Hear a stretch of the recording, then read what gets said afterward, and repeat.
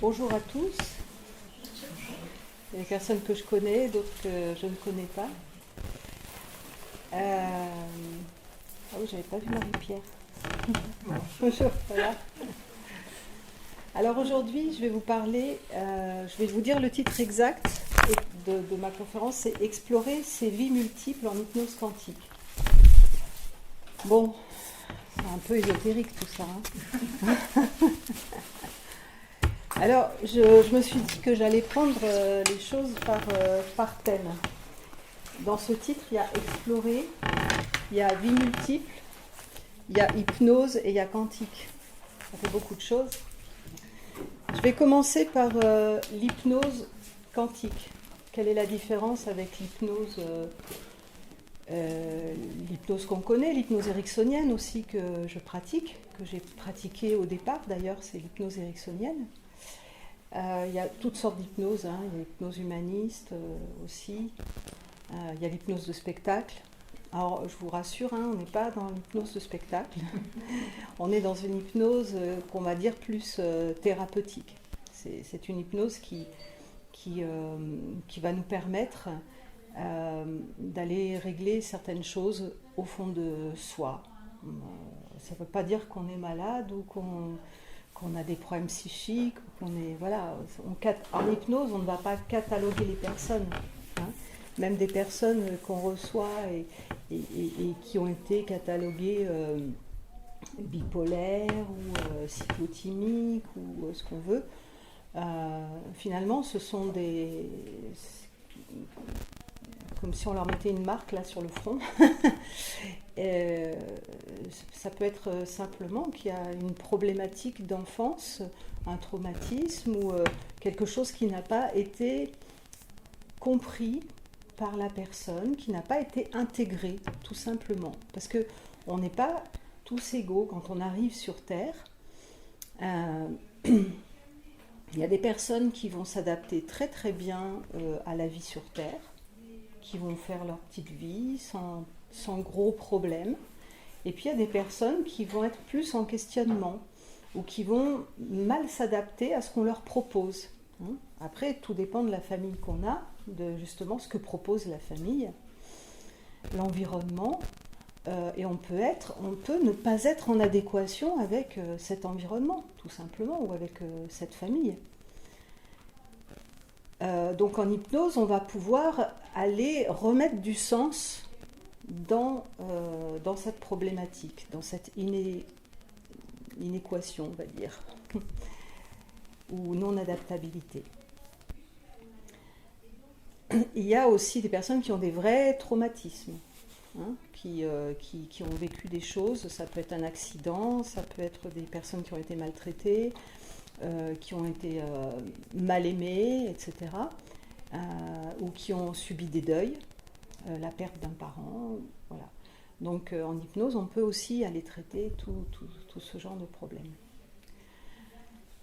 L'hypnose quantique, pourquoi j'ai utilisé le mot quantique? La plupart du temps, on utilise le mot spirituel, hypnose spirituelle.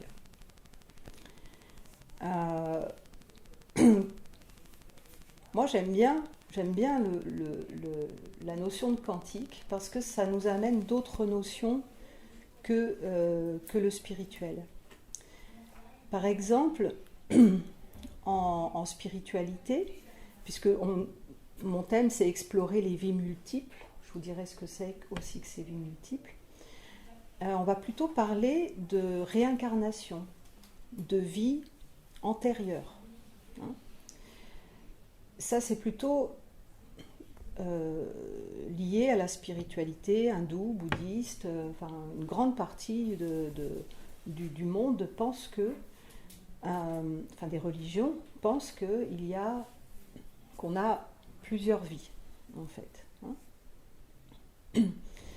L'hypnose quantique, le terme quantique va être intéressant parce qu'il va nous amener à des notions plus modernes qui sont liées à toutes les recherches scientifiques, notamment au niveau de la physique quantique, qui par exemple vont nous expliquer que deux atomes qui vivent une expérience à un moment donné, donc qui vont être proches à un moment donné, s'ils sont séparés de plusieurs années-lumière, continuent à communiquer. Par exemple, ça va être ça. Ça nous dit aussi qu'il n'y a pas de passé, qu'il n'y a pas de futur, qu'il n'y a qu'un présent continuel, en fait. Donc, la notion de vie antérieure, quand il n'y a pas de passé et qu'il n'y a pas de futur, c'est un peu compliqué. Donc moi, ça m'a posé des questions. Comment je peux concevoir qu'on a eu des vies antérieures alors que on nous explique en hypnose quantique qu'il n'y a pas d'espace, qu'il n'y a pas de temps. Alors tout simplement, c'est parce que notre vie terrestre, c'est-à-dire on est fait d'un corps, d'un cerveau, qui lui ne peut pas appréhender l'espace-temps unique. Il est obligé de penser d'une façon linéaire. Il y a le après, il y a le avant, il y a le pendant et il y a le après. Alors, étant fait de cette façon-là, effectivement, on va parler de vie antérieure. Hein. Mais moi, j'aime bien parler de vie multiple, parce que finalement, on est toutes les dimensions à la fois. Parce qu'il y a cet aspect-là, cet aspect linéaire, le avant, pendant, après, mais il y a l'aspect dimensionnel aussi. C'est-à-dire que il n'y a pas d'espace. Donc je suis autant ici que ailleurs. C'est un peu complexe, mais c'est difficile pour notre cerveau d'imaginer ça. Hein. Mais ça nous amène beaucoup de perspectives. C'est-à-dire que on n'a pas...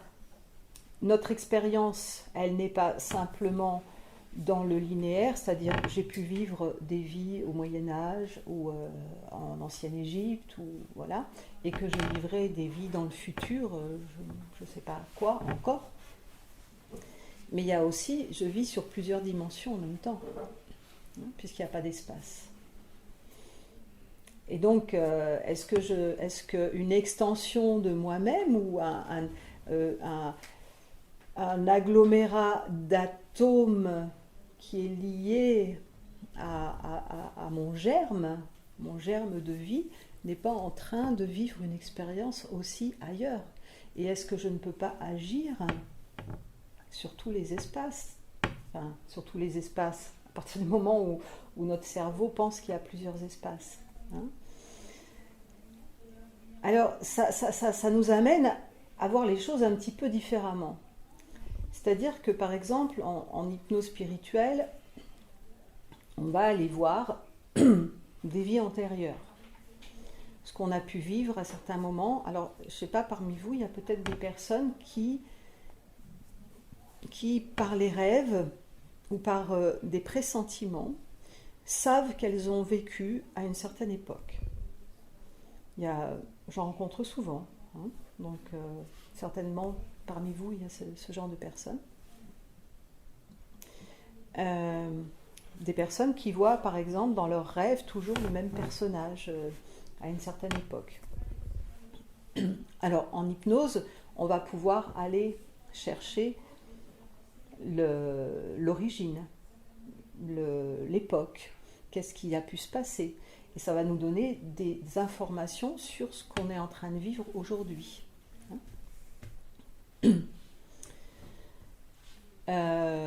En hypnose quantique, la différence, c'est que quand vous agissez aujourd'hui sur vous-même, sur vos problématiques d'aujourd'hui, sur ça, j'arrive pas à intégrer, ça, je ne suis pas en adéquation, cette terre telle qu'elle est, j'y arrive pas, ou alors j'ai vécu tel traumatisme, telle problématique avec mes parents, quel est le sens de tout ça?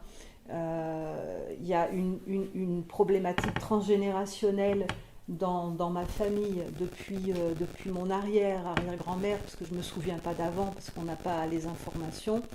Il y a toujours eu le même phénomène, hein, c'est-à-dire par exemple des incestes. on retrouve l'inceste au niveau transgénérationnel, très souvent. Quand vous, dans cet espace-temps qui est là, maintenant, présentement, vous travaillez sur une problématique telle que celle-là, et bien en fait, comme il n'y a pas d'espace et de temps, vous travaillez pour tout le reste. C'est-à-dire qu'on peut imaginer que vous êtes en train de régler la problématique de ce personnage qui était au Moyen-Âge. Bien sûr, les problématiques du futur, c'est-à-dire tout ce que vous allez expérimenter dans le futur, mais aussi toutes vos dimensions. C'est-à-dire ce qu'on appelle aussi les extensions de conscience. Parce qu'en fait, on est quoi? On est une conscience. Quand je parlais de germe, c'est le germe de vie qui vient de la source et qui vient expérimenter la vie telle qu'elle se trouve ici, par exemple. Et donc, ces extensions de conscience dans d'autres dimensions, eh bien, on peut aussi les faire par le travail qu'on fait. Tac, on peut aussi les débloquer, les libérer. Comme elles peuvent aussi nous libérer, nous. Pourquoi d'un coup on a passé 50 ans à ruminer des trucs, à être mal et tout ça, et puis un jour, tac, il y a quelque chose qui arrive. Et on sait, on rencontre la bonne personne, on rencontre la bonne circonstance, et on commence à avancer sur un autre chemin. Qu'est-ce qui nous a amené ça? Notre vie, autre chose? On ne sait pas.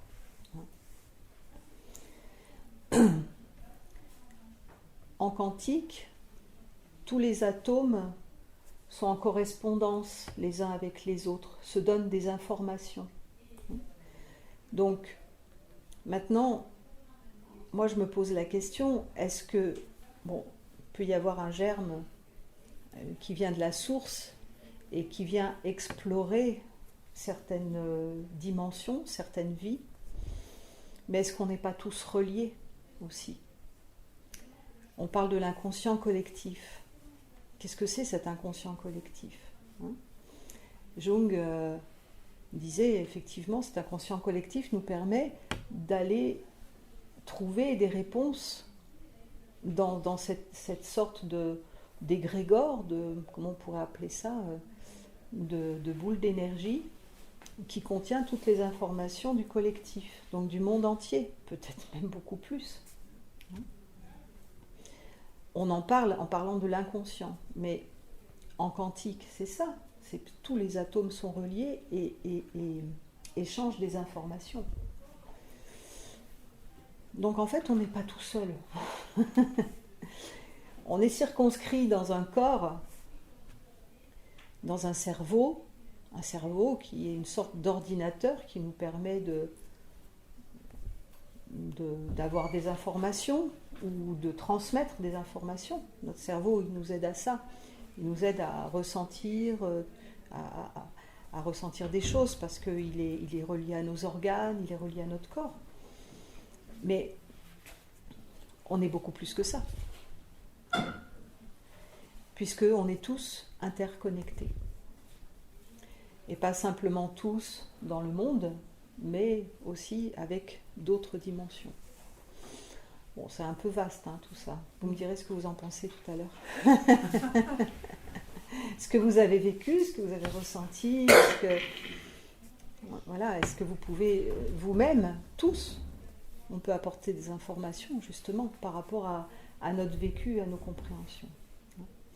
Donc la notion de quantique, d'hypnose quantique, en gros, pourquoi hypnose? C'est parce que j'utilise l'outil d'hypnose qui nous permet d'aller dans l'inconscient, d'aller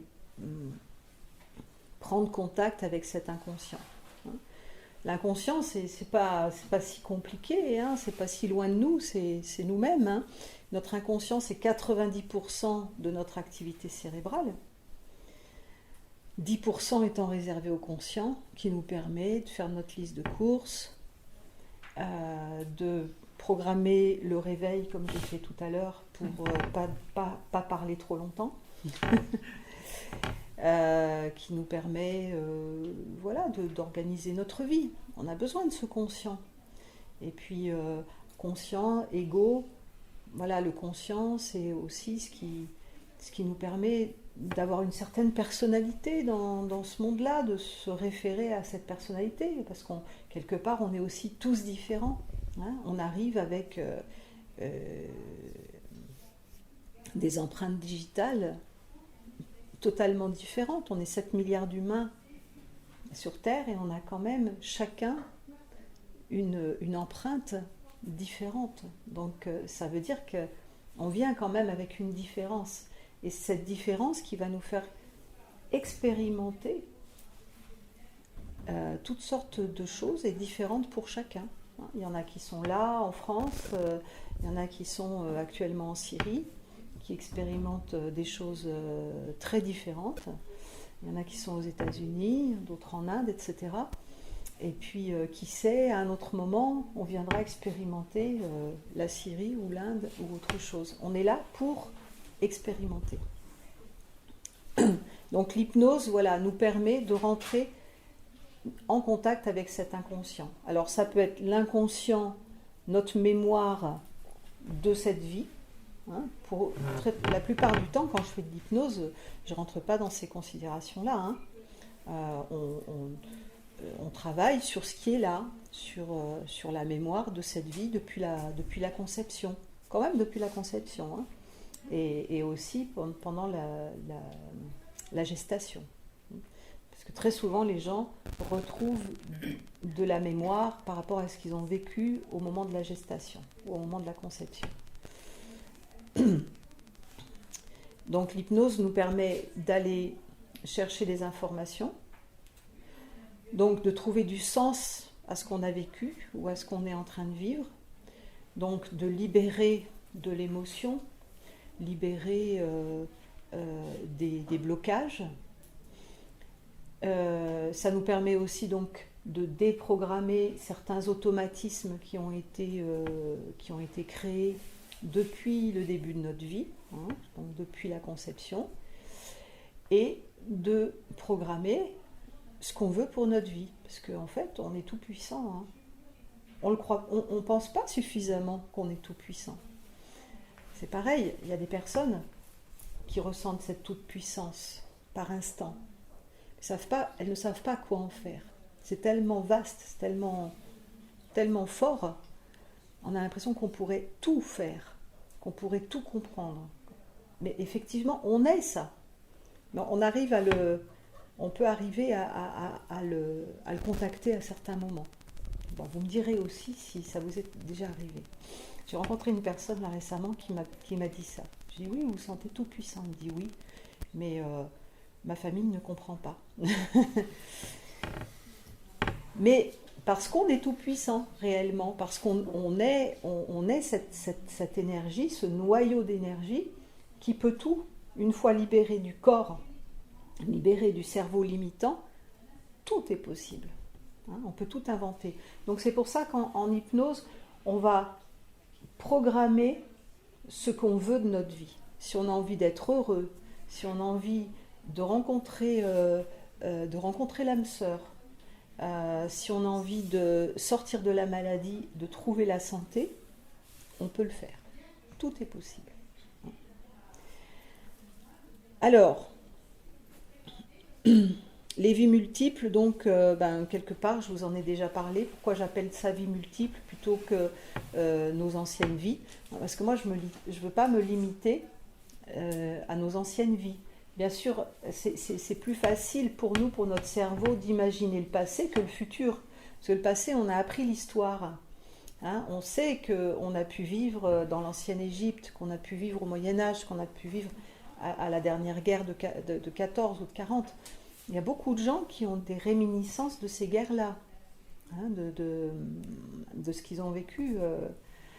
Parce que souvent, il y a eu des choses très, très douloureuses et qui sont encore très, très présentes. Hein. Mais quand on est ouvert à tout, on peut aussi voir notre futur. Et certaines fois, ça peut nous décontenancer parce que comme on a du mal à imaginer que ça puisse être dans une vie, dans 2 vies, dans 3 vies, on voit des choses. de ce qu'on est capable de faire, de ce qu'on va être, de ce qu'on va devenir. Mais on peut avoir l'impression que c'est dans cette vie-là. Alors on se met des challenges, on se dit mais il va falloir que j'y arrive. Mais non, on peut avoir des informations sur tout ce qui est possible, tout ce qu'on est capable de faire. Mais c'est pas forcément pour dans 1 an, pour dans 2 ans. Moi, au début, j'avais des informations comme ça. Ça me montrait ce que j'allais faire. Et donc, je pensais qu'il fallait que je le mette en place tout de suite. Et puis, je me cassais la figure parce que c'était pas du tout le moment, quoi. J'avais pas, on vous dit pas, ça va être dans 10 ans ou dans la prochaine vie, ou pas forcément, hein. Et après, j'ai compris que certaines fois, des choses que j'avais vues à un moment donné, ça s'est mis en place 2 ans après, ou 3 ans après, ou 10 ans après. Pour vous donner un exemple, à un moment donné, j'ai eu l'information que j'allais faire des massages. Et avec des huiles essentielles, que j'allais travailler avec les huiles essentielles. Alors je me suis mise à composer des huiles qui pouvaient correspondre à certaines énergies, tout ça. Et les massages me disaient, c'est gentil, mais moi je suis pas, ça me passionne pas le massage. J'aime bien être massée, mais alors masser, ça me fatigue, quoi. Donc je voyais vraiment pas en quoi j'allais faire des massages. Et j'ai compris 10 ans plus tard, c'était des massages sonores. Voilà.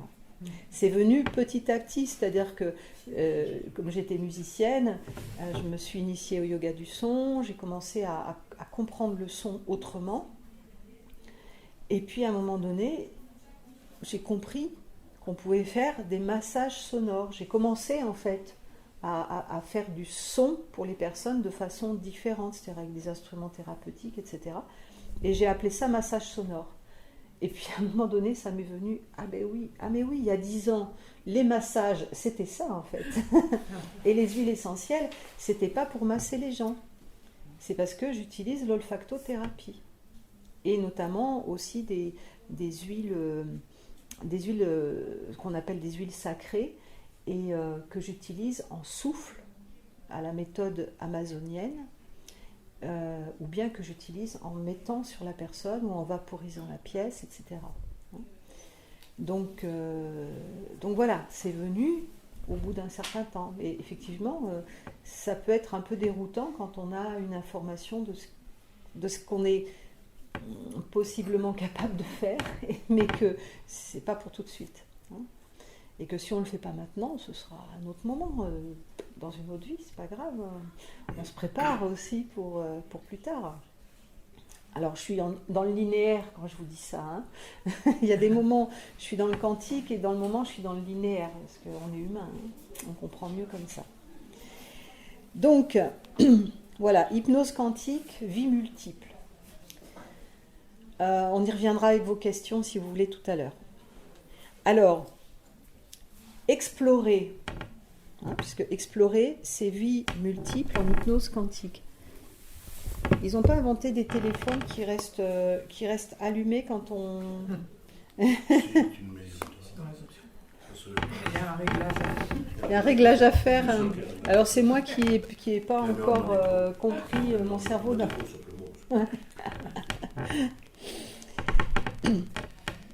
Pourquoi explorer ? Quel est l'intérêt ? Quel est le sens d'explorer des vies multiples ? Alors ça va avoir du sens pour certaines personnes, et pour d'autres ça n'aura pas de sens parce qu'elles ont autre chose à faire.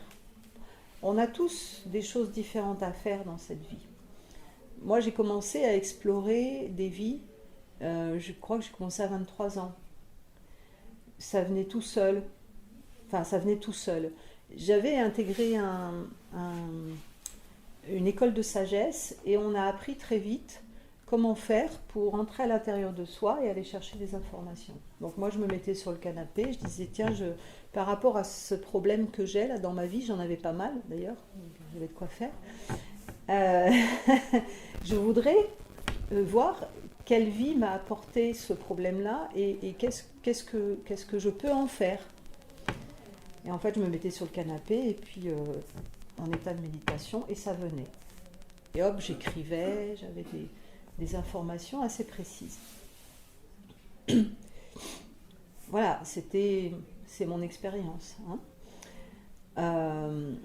Par contre, même si on n'est pas tous là pour explorer des vies multiples, on est quand même tous là pour explorer la vie, tout simplement.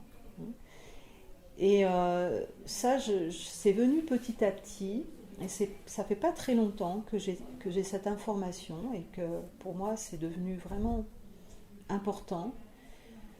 C'est que il y a un sens à notre vie sur Terre. Il y a un sens qui est beaucoup plus grand que je viens, je nais, je grandis, je fais des études, je prends un métier, je me marie ou pas, je fais des enfants ou pas, je fais un burn-out ou pas, voilà, j'ai des activités intéressantes, je fais du yoga. Et puis j'attends ma retraite, et je vais me battre pour ma retraite, parce que c'est important que je puisse quand même vivre décemment pendant ma retraite. Voilà, puis je m'occuperai de mes petits-enfants. Voilà, bon, une vie, somme toute, très, très agréable. Mais au-delà de ça, on vient explorer une manière de vivre. Et la manière des terriens, elle est certainement différente de la manière d'une autre galaxie. Hein, parce que j'imagine qu'on n'est quand même pas tout seul dans cette immensité à pouvoir explorer la vie. Alors je vais vous raconter comment j'ai compris ça. Ça a été une leçon qui m'a mise bien en colère pendant un mois quand même. Hein. Parce que je fais une hypnose spirituelle, une hypnose quantique, donc c'est mon conjoint qui me guidait en hypnose. Et puis, à un moment donné, je ne sais plus ce que j'avais demandé, mais bon, je me vois dans une espèce de tuyau comme ça, qui passe dans la terre, enfin qui était là-haut, qui passe dans la terre et qui revient là-haut. Et moi, j'étais dans ce tuyau et j'étais en train de vivre l'expérience terrestre. Et puis bon, c'est pas toujours facile hein, de vivre sur Terre. Hein. Il y a des moments, c'est compliqué, on aurait bien, je sais pas vous, mais moi il y a des moments, j'irais bien retrouver l'origine parce que j'en ai un peu marre. Des moments fatigants, on va dire. Hein. Je devais être dans un moment fatigant, sûrement. Et puis je vois un petit bonhomme là-haut avec un ordinateur et qui note tout ce que je suis en train de vivre en bas. Et là, je me dis, mais ça va pas ça. Moi, je suis là, hein, je suis au charbon, pendant que toi, tu es là-haut, tu notes tout ce que je vis, et je viens en fait t'apporter des informations constamment pour que tu puisses savoir ce que je vis sur Terre, comment c'est la vie, ce qu'on souffre. Bon, il n'y a pas que des souffrances, des fois c'est bien aussi, hein. Il y a de l'amour. Et ça m'a vraiment mise en colère sur le moment, parce que j'avais l'impression d'être un cobaye, vous voyez, hein, comme les rats de laboratoire, ça vous dit quelque chose ? Et ça n'allait pas du tout. Et j'entends un petit bonhomme qui me dit « Oui, mais tu sais, tant que tu es en bas, tu peux aussi en profiter, il y a aussi des bonnes choses. » Ah, merci, je peux aussi en profiter, aller sur les îles, me faire dorer au soleil et tout ça. N'empêche que ça m'a aidée, parce que moi qui ai une tendance à être beaucoup dans la réflexion, le travail, on n'est pas là pour s'amuser et tout ça, je me suis un petit peu détendue là-dessus. Je dis un petit peu, hein, c'est encore pas ça. Je me suis un peu détendue. Je me suis dit, tiens, finalement, on vient apporter des informations à un autre niveau. Hein. On vient explorer comme un explorateur cette terre pour pouvoir expliquer ou dire comment c'est en bas et que ça puisse aider aux recherches scientifiques des êtres, on va dire, comment on pourrait les appeler, d'autres êtres qui ne sont pas des terriens. Mais on peut aussi profiter un peu de ce moment-là pour se reposer, pour faire des choses sympathiques. Et à un moment donné, donc, je regarde un peu plus, et qu'est-ce que je vois?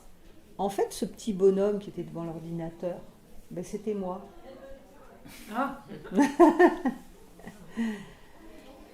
En fait, c'est la partie subtile, la partie qui n'est pas incarnée, ce germe peut-être, ça pourrait être vous aussi, puisqu'on est tous interconnectés. Donc je suis sortie de cette expérience un peu quand même perturbée, et pendant un mois j'ai été en colère, parce que j'avais l'impression d'être utilisée et de n'être qu'un cobaye sur cette terre. Alors je ne sais pas si ça vous parle ou si ça ne vous parle pas, c'était une expérience vraiment intime. Je l'ai vécu donc ça, parce que quand on est en hypnose, on vit les choses. C'est pas juste on voit des images ou on est dedans, on vit les émotions, hein. On vit tout. Il y en a qui ont fait de l'hypnose là, qui peuvent le dire. Et puis j'ai continué avec d'autres personnes aussi sur ce terrain-là à essayer de mieux intégrer cette nouvelle information, parce que il faut vraiment intégrer.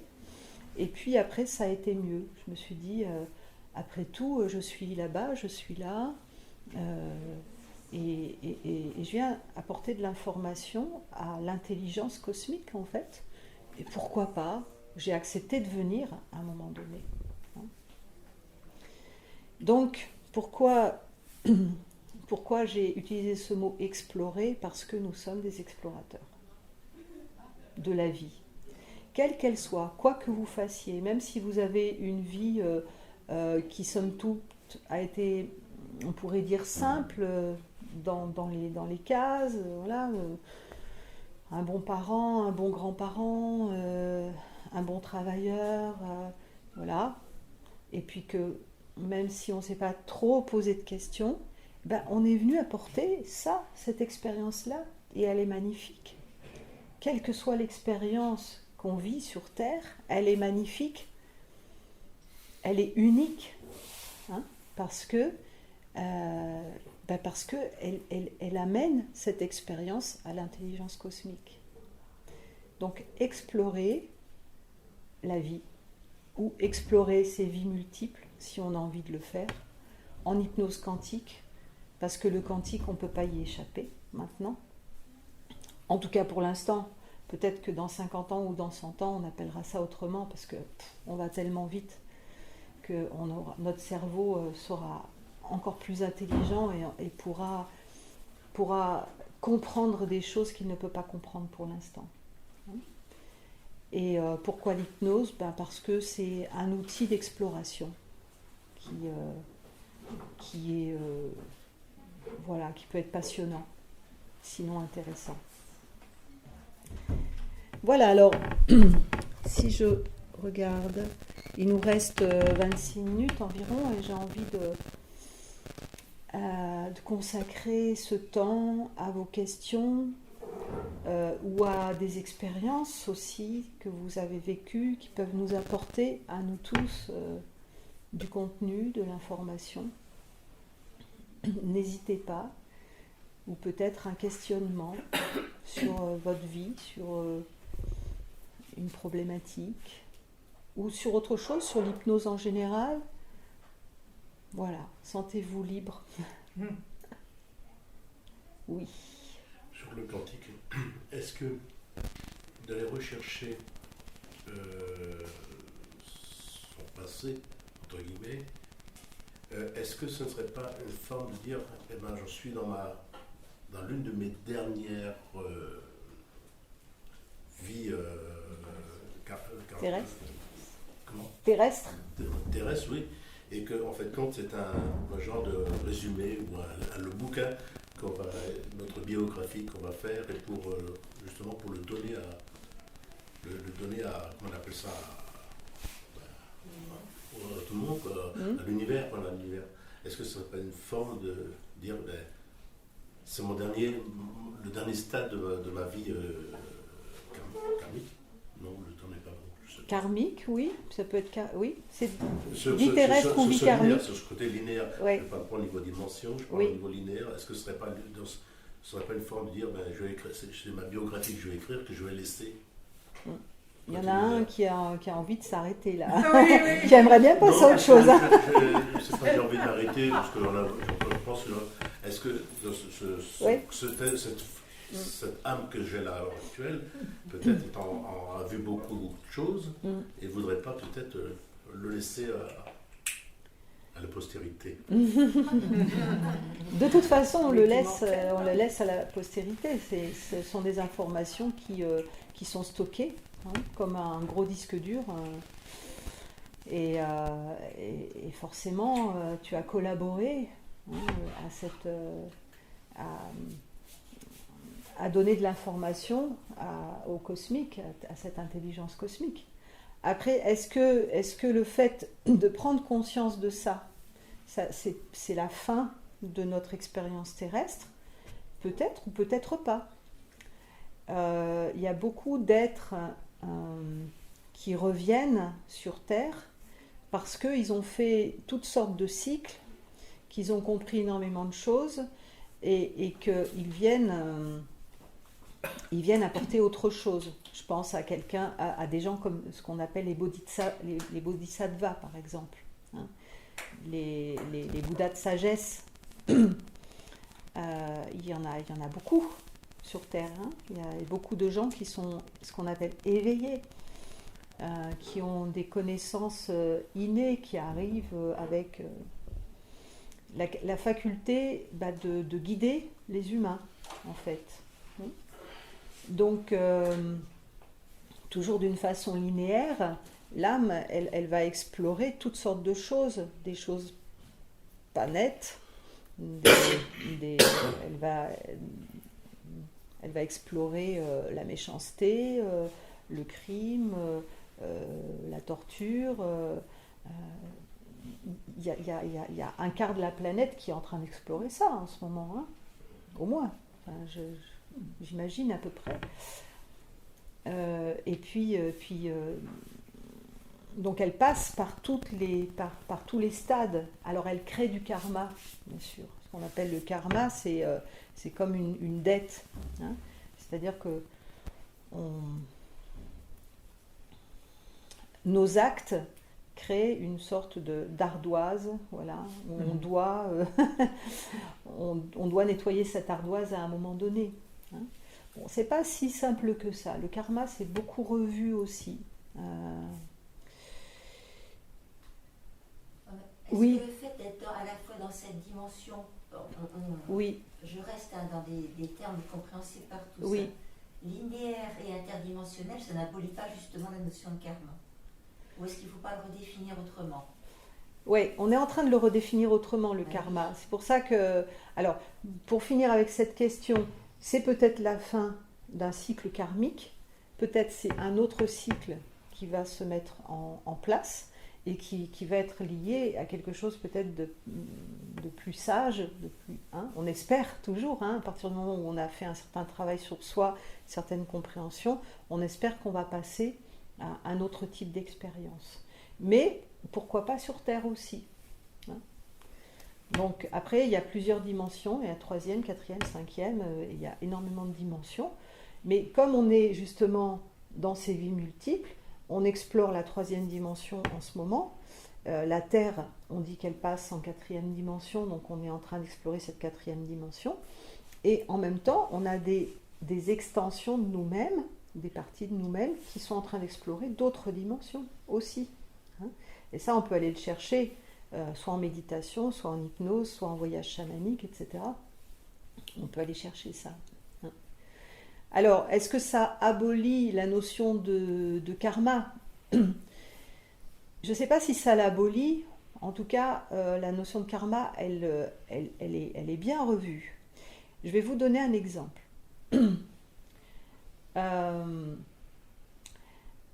Vous êtes venu sur Terre avec un père, une mère qui vous a donné naissance. Votre père est un homme très dur. Était un homme très dur. On va mettre au passé, parce qu'on est grand maintenant. Et il avait tendance à utiliser facilement la ceinture ou des mots dévalorisants, etc. Votre mère était non aimante. Elle s'occupait de ses enfants, mais sans être très aimante, comme ça, voilà. Vous grandissez avec ça, c'est un peu compliqué. Mais finalement, vous arrivez dans une séance d'hypnose spirituelle ou d'hypnose quantique, et puis vous cherchez le sens de tout ça. Et dans votre séance, vous vous rendez compte que votre père, à travers son attitude, il est venu vous apprendre l'amour de vous-même.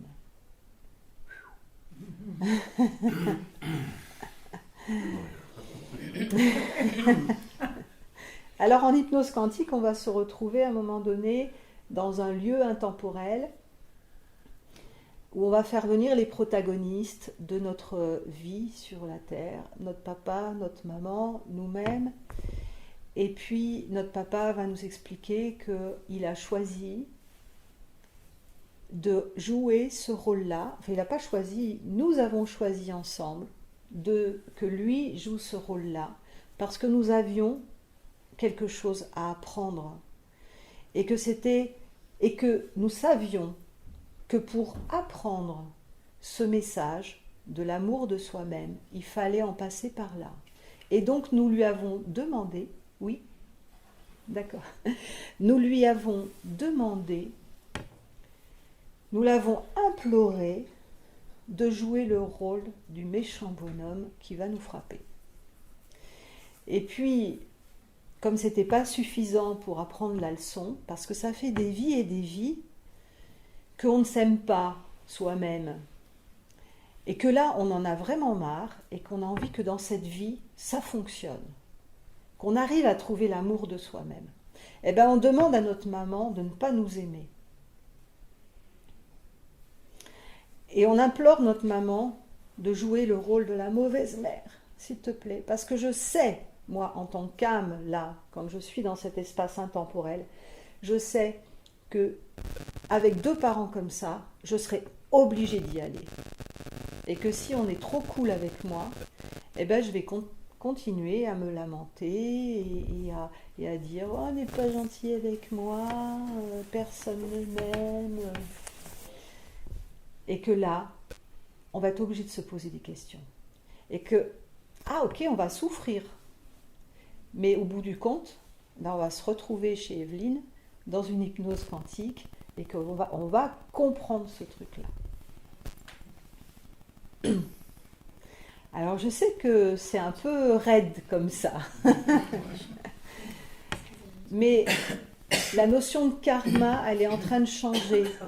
Parce que ça change tout, ce que nous ont appris les religions, même la religion hindouiste, etc. Parce qu'on était capable de comprendre que ça au départ. Il y a des méchants, il y a des gentils, il y a des fois on est méchant, il y a des fois on est gentil, et puis on remplit notre ardoise, et puis on l'efface. Hein. Puis à un moment donné, on a tout effacé, on devient un Bouddha, et on est plein de sagesse. C'est pas tout à fait comme ça que ça se passe. Quand on accepte de jouer le rôle du méchant, on ne peut pas payer la note, la lourde note, c'est pas possible. Parce que en jouant ce rôle du méchant, on permet à l'autre de se libérer. Donc déjà, ça efface une partie de l'ardoise. Mais on a aussi besoin d'explorer ce rôle du méchant, parce que dans la vie terrestre, il faut tout explorer. Le bien, le mal, l'ombre, la lumière, c'est important. S'il n'y a pas d'ombre, comment vous allez voir la lumière?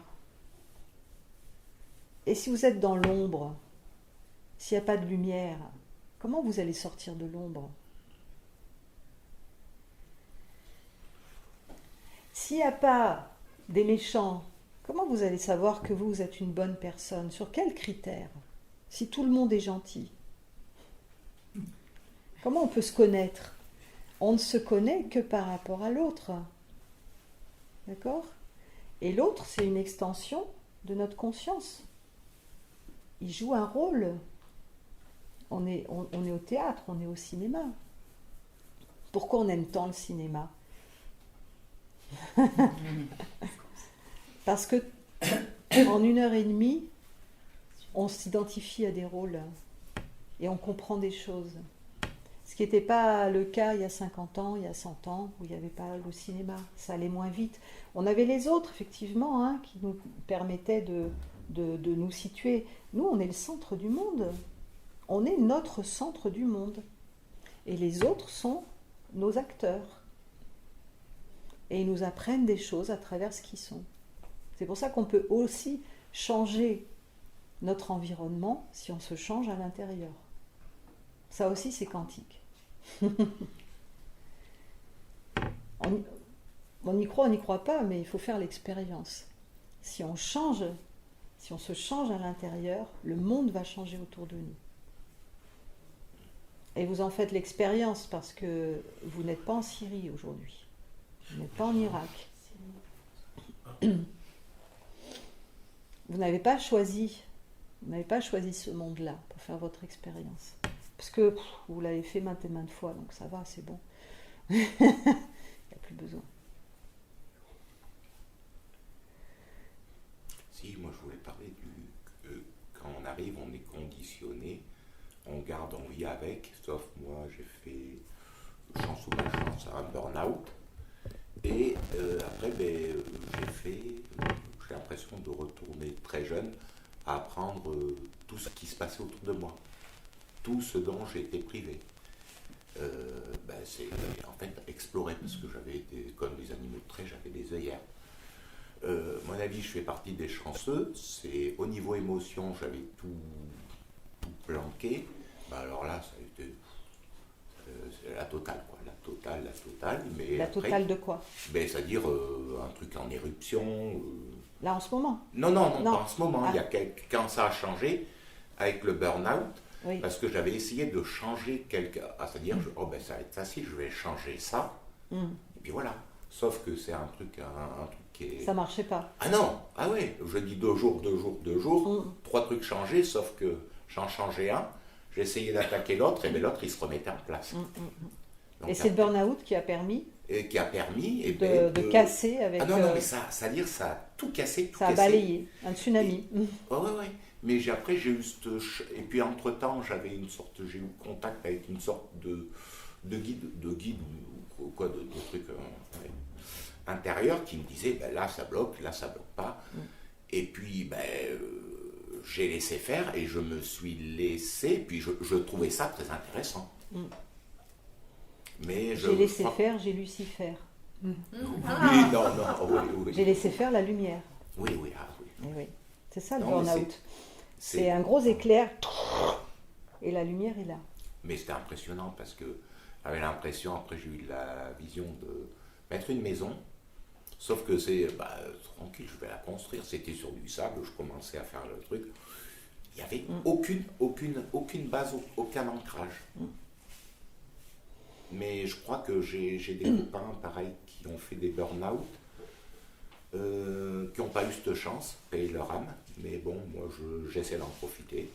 On ne sait pas quelle est leur chance, on ne sait pas ce que vivent les personnes. Hein. Mais en tout cas, le burn-out, oui, c'est... on en parle beaucoup en ce moment, mais c'est une manière de changer radicalement de vie. Ça peut être aussi une maladie, un cancer, ou un deuil, ou autre chose. Je ne sais pas si ça vous est déjà arrivé. Enfin, moi, je l'ai vécu. À un moment donné, il y a quelque chose qui fait que il y avait l'après, l'avant, et il y a l'après, et le maintenant. Hein. Et ça peut être douloureux sur le moment, mais important et bénéfique. Hein. Tout à fait. Oui. Il me semble que lorsque l'on travaille beaucoup sur soi, à un moment donné, on a tout compris. Mais qu'est-ce qu'on en fait? Alors, est-ce que tu peux préciser le mot « intégrer », s'il te plaît? Alors, quand on travaille sur soi, à un moment, on a tout compris. Alors, on a compris un certain volet de nos questionnements. Moi, j'ai pas l'impression d'avoir tout compris, parce que tous les jours, je me repose des questions et tous les jours, voilà, c'est toujours vaste, c'est toujours ouvert. Et j'ai l'impression que j'ai compris peut-être, je sais pas, Oui. presque Le rien. mot tout est peut-être exagéré. On a d'accord. compris certaines choses, On a mais compris qu'est-ce ça. qu'on fait pour les intégrer? Voilà, c'est ça. Qu'est-ce Et qu'on qu'est-ce fait que ça veut dire intégrer? Alors, qu'est-ce qu'on fait pour les intégrer? Déjà, il y a le temps. Tout à l'heure, je vous ai expliqué, moi j'ai mis 1 mois pour intégrer une information qu'on m'avait donnée qui était primordiale pour moi. Je suis allée voir, je travaille avec d'autres personnes et où je me suis remise en état de conscience, on va dire, élargi. Hein. Pas forcément avec l'hypnose, ça peut être avec le rêve éveillé, ça peut être avec autre chose, pour retourner dans cette information, dans cette expérience qui m'avait perturbée et aller chercher du sens. Hein, aller chercher à l'intérieur de moi quel sens je donnais à ça. Donc ça peut être de se faire aider, ça peut être un moyen. Et puis il y a le temps, ou ça peut être un livre ou des livres. On va tomber sur des livres qui vont expliquer exactement ce qu'on a vécu. Hein, très souvent, moi j'ai des informations qui m'arrivent comme ça, et puis je tombe sur des livres.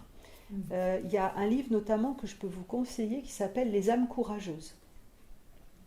Alors, je ne me souviens pas du nom de l'auteur. C'est un Américain, hypnothérapeute, et qui a fait une grande enquête. Il a pris quelques cas de personnes, une personne qui est malade du sida, une personne qui a perdu son fils, une personne, je ne sais plus après les autres, enfin que des gros cas. Vous voyez, des trucs où c'est dur à encaisser. Hein. Et il a cherché des médiums de renom, des gens vraiment très sérieux. Il en a donc choisi 2, je crois.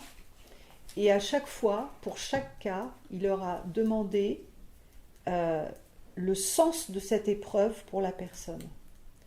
Et c'est là où, parce que là, il rentre vraiment dans ces considérations des rôles de chacun. Et c'est là où il explique que ces âmes sont venues expérimenter ça, alors que c'est quelque chose qui n'est pas drôle, mais qu'elles l'ont choisi. Ou qu'elles l'ont choisi, on n'est pas tout seul, hein, on choisit avec d'autres âmes, etc. Et comment les âmes de chacun, des parents, de l'environnement, des enfants, etc., viennent nous permettre de vivre cette expérience et de lui donner du sens et de nous faire évoluer. Parce qu'en fait, le but, c'est l'évolution. C'est d'avancer vers soi-même, vers qui on est vraiment, de retrouver cette lumière à l'intérieur de soi. Donc, notamment, par exemple, ce jeune homme qui était malade du sida, il était homosexuel et il a été rejeté de sa famille et de sa communauté parce que ça n'était pas possible d'avoir une personne homosexuelle dans cette communauté. Donc, ça avait été très difficile pour lui. Et en plus, non seulement il était stigmatisé en tant qu'homosexuel, mais en plus il était stigmatisé en tant que porteur du sida. Donc voilà, et tout lui a été expliqué. Et les âmes courageuses, c'est ça, c'est nous. Parce que les âmes qui viennent s'incarner sur cette terre et vivre ce qu'elles ont à vivre, ça demande un sacré courage quand même. Hein. Et il y en a qui, au dernier moment, elles repartent. Ce qui explique les grossesses qui ne sont pas, qui ne continuent pas, enfin comment on appelle ça, les fausses couches, ou les morts prématurées, les morts du fœtus, ou les morts nés, ou les morts subites du nourrisson, etc. Hein. Et moi j'étais très étonnée, parce que je pensais, comme j'avais été la première dans ma famille, j'avais été choisie par mes parents, hein, ils voulaient vraiment avoir un enfant, ils venaient de se marier, et je m'étais dit, mais en fait j'avais vraiment envie de venir, quoi. Il n'y a pas de souci par rapport à mes sœurs pour lesquels ça a été plus compliqué. Et j'ai fait un exercice sur la ligne du temps. Et donc on revient comme ça en spirale jusqu'à notre conception. Et à partir de la conception, on va vers les âges de la vie. Donc on va vers le bébé, mois par mois, puis les années. Et en fait, c'est un truc qui se fait en marchant. Et on sent à un moment donné, quand il y a un problème, on sent qu'on titube, qu'il y a un truc qui ne va pas et tout ça. Et donc le thérapeute qui est avec nous, nous dit voilà, là c'est à 4 mois de grossesse. Là c'est à 8 mois du bébé, etc. Et je me suis rendu compte que une fois au moment de la grossesse et une fois vers 8 mois quand j'étais bébé, que j'ai failli repartir. Et en fait, ça a été une révélation pour moi parce que, alors bébé, oui, je pense, parce qu'il y avait déjà des trucs qui n'allaient pas entre mes parents, et puis ils ne s'occupaient pas vraiment bien de moi, pas toujours, enfin ils étaient très occupés, etc. Mais au moment de la gestation, je ne pensais pas. Et en fait, j'ai vraiment senti dans mon corps que c'était ça, que le fœtus, en fait, il a pris peur, quoi. Parce que le fœtus, il commence à ressentir tout ce qui se passe autour de lui. Et moi, je suis née au moment de la guerre d'Algérie, quand même. J'étais en Algérie. Et il y avait de l'inquiétude. Il y avait mes parents, mon père était militaire, ma mère, elle vivait avec pas grand-chose, elle était venue le rejoindre, ils se sont mariés là-bas. Et le fœtus, le bébé, enfin l'âme qui est là, qui se rend compte de tout ce qui se passe. Voilà, on arrive dans la matière, vous imaginez, vous atterrissez petit à petit, et puis vous vous rendez compte que c'est pas facile, quoi. Est-ce que j'ai fait le bon choix? Est-ce que j'ai vraiment envie d'y aller cette fois? Et il y a une espèce de, comme un retour en arrière. Alors il y en a qui font vraiment le retour, hein, qui disent non, je peux pas. Là cette fois, j'ai pris un challenge, ça va être trop difficile, je peux pas, je veux pas ça. Et hop, ils s'en vont. Et puis il y a ceux qui sont plus courageux, pour ça les âmes courageuses, qui y vont et qui acceptent d'aller vivre ce qui a été prévu. Donc oui, ce sont des questions vraiment complexes. Voilà, je ne sais pas si ça vous a ouvert des perspectives, si c'est un peu trop flyé pour vous. Ou voilà, je sais pas. Mais c'est bien soi-même qu'on choisit sa famille, non? C'est pas la famille qui nous choisit, en quelque sorte. C'est les deux, peu, c'est tous. Oui. C'est tous. C'est décidé en amont. Chacun choisit son rôle et comment chacun va faire travailler l'autre. Hein, parce que dans les familles, il n'y a pas mieux pour se faire travailler. Hein. On a 2 petites minutes, si quelqu'un a envie d'exprimer quelque chose. Alors, pour ce qui est du karma, le livre de conversation avec Dieu de Neil Donald Oui. Walsh l'explique Oui, clairement. oui. Après, je me souviens plus de ce qu'il dit exactement, il faudrait que je relise. Alors, Parce que ça a ça a peut-être 15 ans déjà maintenant. Le premier tome a été écrit en 95, effectivement. Oui. Et les choses ont beaucoup évolué. Les informations qu'on a, donc ces âmes courageuses, puis il y a beaucoup d'autres, je n'ai plus en tête là les livres, mais il y a vraiment des choses qui ont beaucoup évolué dans nos compréhensions. Donc je sais pas, je me souviens pas de ce qu'il en dit. Effectivement, j'y retournerai. Des communications avec Dieu, amitié avec nous, donc il y a tout un tas de remises à jour entre guillemets. Oui, oui. Après, on a des filtres nous-mêmes. Hein. On converse avec Dieu, on converse. Quand on a des informations, ça veut dire qu'on converse avec on va dire, l'intelligence cosmique. Hein. Mais maintenant, on a nos filtres en tant qu'humains. On a un cerveau. Et on entend des choses qui sont déjà déformées par rapport à ce qui est venu, l'information première. Hein. Et c'est pour ça que on avance au fil du temps et que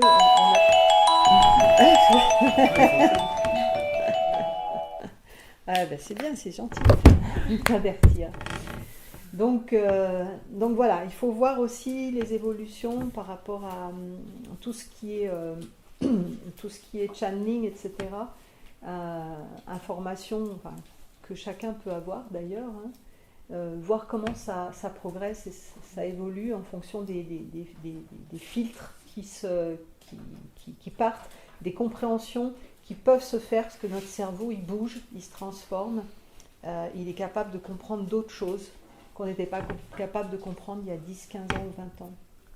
Mais voilà, c'est un très bon livre en tout cas qui nous apporte énormément d'informations et d'enseignements. Ben, je vous remercie beaucoup. Oui. Merci. Moi, c'est justement un témoignage. Oui. Ça fait combien de temps qu'on se connaît? Pas longtemps. Pas très longtemps, ouais. J'ai fait, parce que je suis du style l'hypnose, c'est le spectacle.